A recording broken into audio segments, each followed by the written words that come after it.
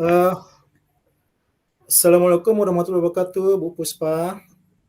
Salam warahmatullahi wabarakatuh, Pak.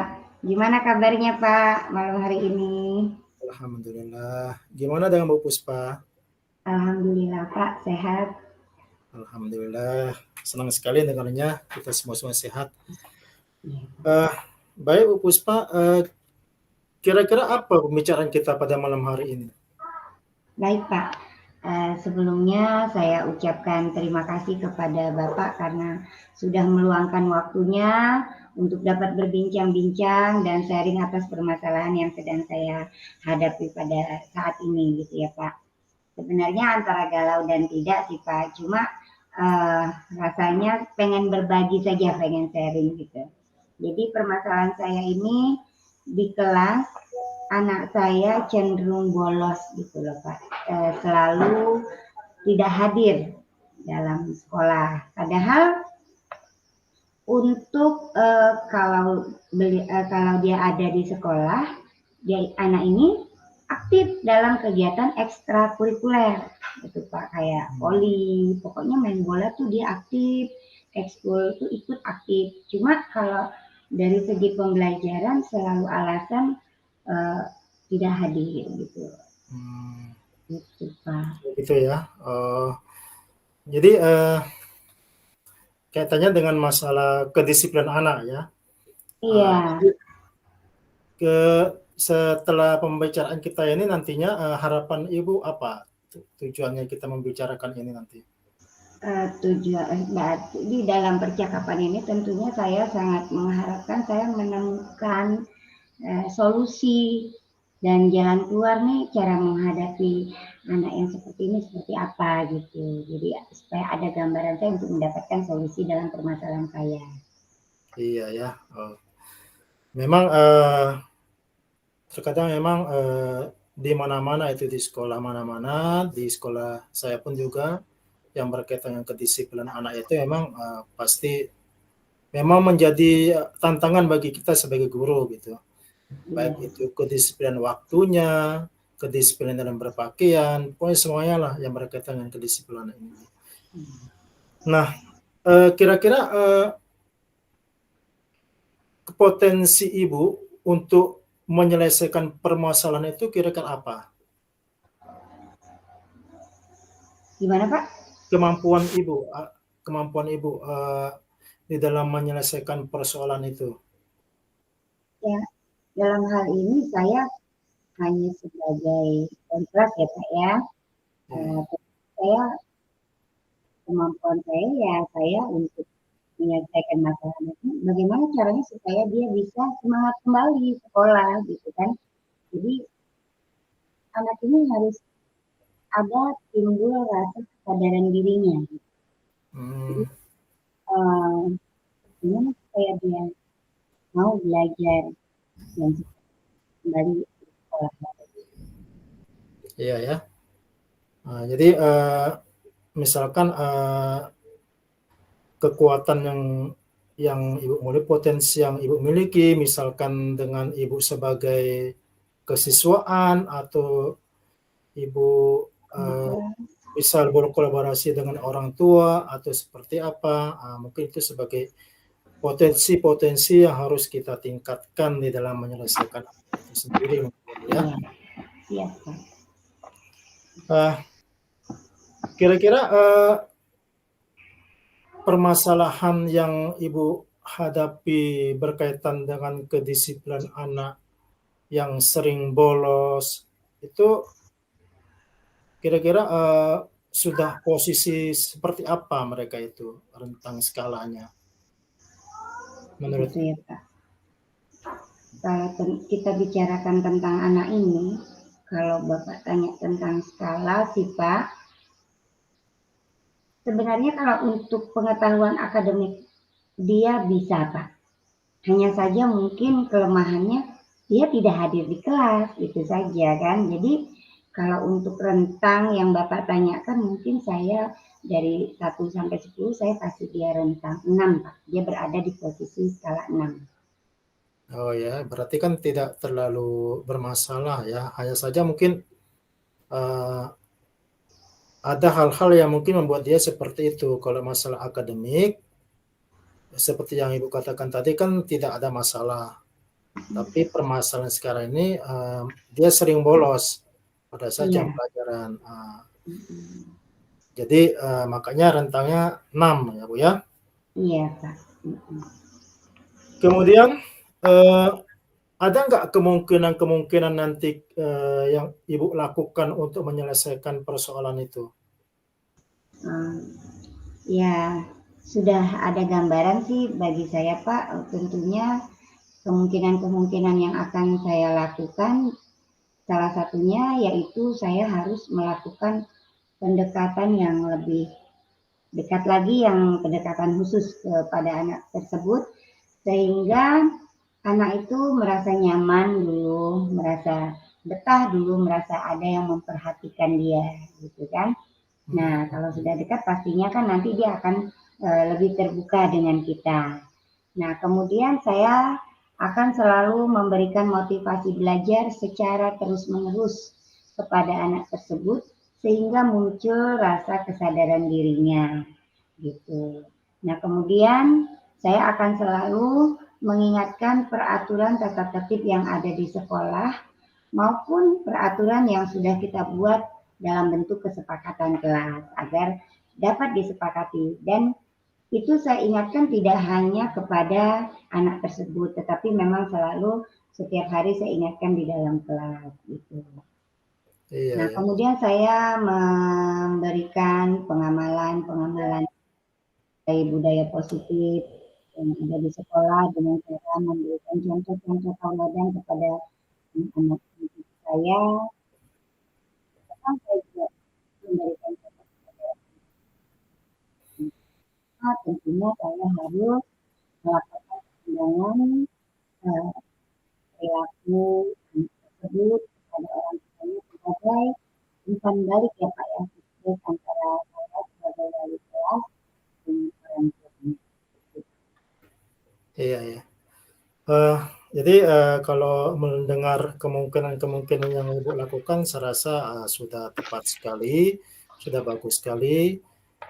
Tapi di dalam pelaksanaan itu kan kita tak lepas dari yang namanya hambatan ya.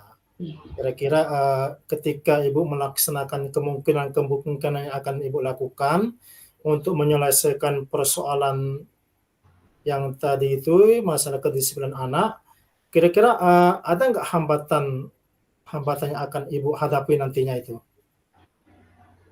Baik Pak, kalau berbicara tentang hambatan itu tentunya selalu ada ya Pak kalau kita akan melakukan perubahan tentunya. Jadi di dalam hal ini mungkin bagi saya hambatan yang agak sulit bagi saya dan memang sudah saya hadapi juga itu eh, tidak ada umpan balik atau kurang ya umpan balik dari orang tua terhadap permasalahan yang sedang dihadapi anak tersebut di sekolah. Sehingga misalnya saya hanya chat atau WA itu hanya dibaca saja seperti itu. Tidak ada peneguran atau tidak ada tindak lanjut dari orang tua di rumah sehingga anaknya datang lagi ke sekolah atau bagaimana. Nah, kemudian saya rasa di sini masih lemah motivasi diri anak tersebut sehingga untuk memunculkan rasa kesadaran dirinya itu masih kurang gitu Pak. Jadi dia masih belum rasa kesadaran diri gitu. Itu hambatan-hambatan. Jadi agak sulit saya menyadarkan dia gitu. Iya ya. Iya. Oh, jadi berarti hambatannya dari orang tua ya, orang tua yang mungkin kurang memotivasi gitu.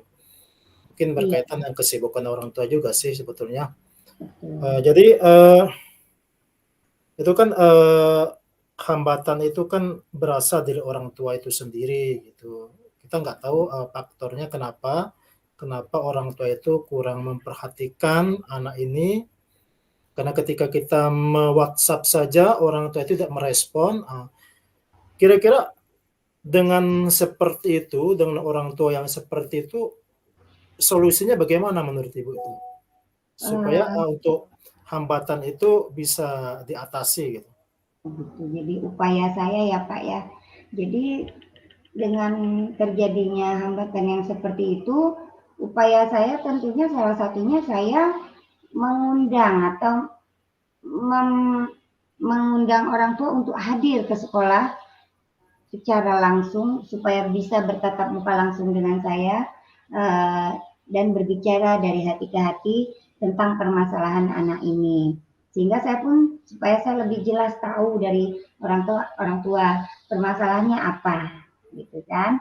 Nah, kemudian yang kedua itu anaknya kan kurang motivasi, Pak. Jadi saya akan selalu membuat penguatan kepada anak tersebut tentang pentingnya budaya positif yang dapat kita terapkan di sekolah sehingga dari pengamalan-pengamalan budaya positif tersebut dapat menimbulkan rasa kesadaran diri terhadap anak tersebut. Intinya pasti lebih perhatian khusus lah kepada anak itu. Begitu Pak upaya saya, upaya selalu mengadakan pendekatan untuk anak itu. Iya ya. Berarti bagus sekali sebetulnya. Jadi tadi Ibu Bapak sudah memaparkan kemungkinan-kemungkinan yang Ibu lakukan di dalam mengatasi permasalahan itu. Kemudian solusinya seperti apa, karena di dalam melakukan kemungkinan itu tentu ada hambatan dan sebagainya. Dan tentu kan solusinya kan sudah Ibu persiapkan juga. Nah, jadi dalam hal ini kira-kira kapan Ibu melaksanakan rencana Ibu itu untuk mengatasi persoalan itu? Kalau rencana saya sih insya Allah secepatnya ya Pak ya. Semakin cepat semakin bagus karena sudah sebentar lagi juga sudah akan mendekati masa-masa ujian gitu kan Pak. Jadi supaya tidak berlarut juga. Jadi kalau bisa sih besok saya segerakan untuk langsung mengadakan panggilan pertama dulu kepada orang tuanya gitu Pak. Iya ya. Berarti prioritas Ibu melakukan panggilan kepada orang tua? Iya, melakukan panggilan dulu, selalu berkomunikasi dengan orang tua dulu, supaya orang tua kan bisa langsung ngomong nih Pak nanti ke anaknya gitu. Nanti kalau anak sudah datang ke sekolah, hadir, nah baru saya melakukan pendekatan-pendekatan kepada anak tersebut. Gitu. Memberikan perhatian-perhatian kepada dia sehingga dia merasa betah di sekolah. Gitu. Ya, bagus sekali, suatu strategi yang sangat bagus sekali mengenai pendekatan kepada orang tua. Memang intinya sebetulnya bagaimana kita melakukan pendekatan kepada orang tua. Karena kan yang lebih banyak mendampingi anak itu kan orang tua sebetulnya ya. Jadi kita tahu permasalahan anak itu dari orang tua juga, dan baru kita bisa menyelesaikan, menemukan persoalannya sebenarnya apa yang menyebabkan anak ini menjadi seperti ini gitu. Nah, ini kita sudah berada pada pembicaraan terakhir. Kira-kira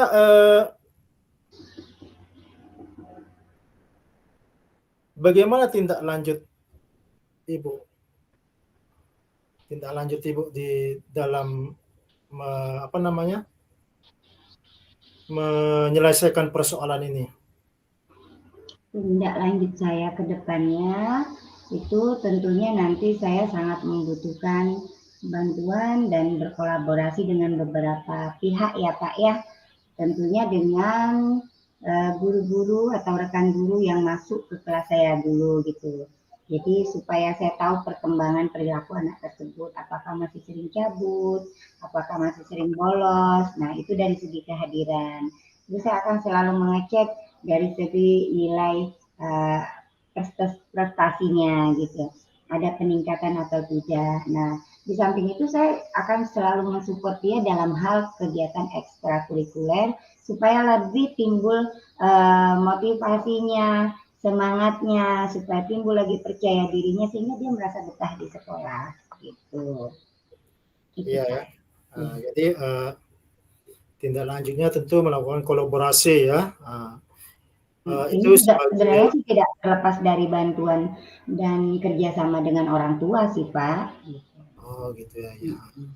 Memang untuk menyelesaikan atau untuk kita kan punya keinginan supaya selesai persoalan kita terhadap anak kita. Tentu kita kan sebagai guru ini pinginnya anak-anak kita ini menjadi lebih baik. Jadi untuk mencapai itu kan kita membutuhkan bantuan, apakah itu orang tua atau apakah itu kepala sekolah atau teman sejawat, sehingga apa yang kita inginkan bisa tercapai lah gitu. Oke Bu Puspa, sangat menarik sekali pembicaraan kita yang berkaitan dengan persoalan kedisiplinan tentunya, Pak. yang tentu masalah kedisiplinan sekali lagi sudah tidak asing lagi bagi kita, merupakan persoalan yang kita hadapi sehari-hari lah di sekolah kita, itu masalah kedisiplinan ini. Dan itu, dan alhamdulillah saya juga banyak pembelajaran yang saya dapatkan dari pembicaraan kita ini, terutama sekali mengenai kemungkinan-kemungkinan yang Ibu lakukan, kemudian solusinya, kemudian bagaimana menyelesaikan hambatan-hambatan itu. Ya, itu merupakan suatu pembelajaran atau ilmu yang saya dapatkan lah gitu, yang mungkin yang bisa menambah pengetahuan saya. Jadi apa yang Ibu sampaikan mungkin bisa saya lakukan, saya terapkan juga nantinya di sekolah saya. Dan saya sangat berterima kasih sekali, dan mudah-mudahan kita tidak bosan melakukan pembicaraan-pembicaraan seperti ini. Apapun nanti persoalan kita yang kita hadapi di sekolah itu, yang tujuannya tidak bukan untuk menjadikan anak kita menjadi lebih baik, dan kita tetap berkolaborasi sehingga kita bisa menemukan menemukan solusi dari permasalahan yang kita hadapi. Iya, Pak. Ya. Sebelumnya alhamdulillah ya Pak, terima kasih banyak atas waktu yang Bapak luangkan pada malam hari ini. Alhamdulillah sudah tergambar bagi saya Pak, dari percakapan ini saya sudah menemukan solusi. Tinggal saya lanjutkan saja dengan rencana aksi saya gitu ya, secepatnya. Semoga hasilnya mendapatkan hasil yang maksimal ya Pak ya. Amin. Sekali lagi terima kasih banyak ya Pak. Sama-sama Bu Puspa. Oke, baik Bu Puspa, karena ini kita sudah membicarakan hal yang banyak tentunya, maka saya pun mungkin Bu Puspa pun banyak kegiatan yang harus diselesaikan, maka kita cukupkan pembicaraan kita pada malam hari ini. Dan sekali lagi saya berterima kasih dan saya ucapkan Assalamualaikum warahmatullahi wabarakatuh. Waalaikumsalam warahmatullahi wabarakatuh. Terima kasih Pak.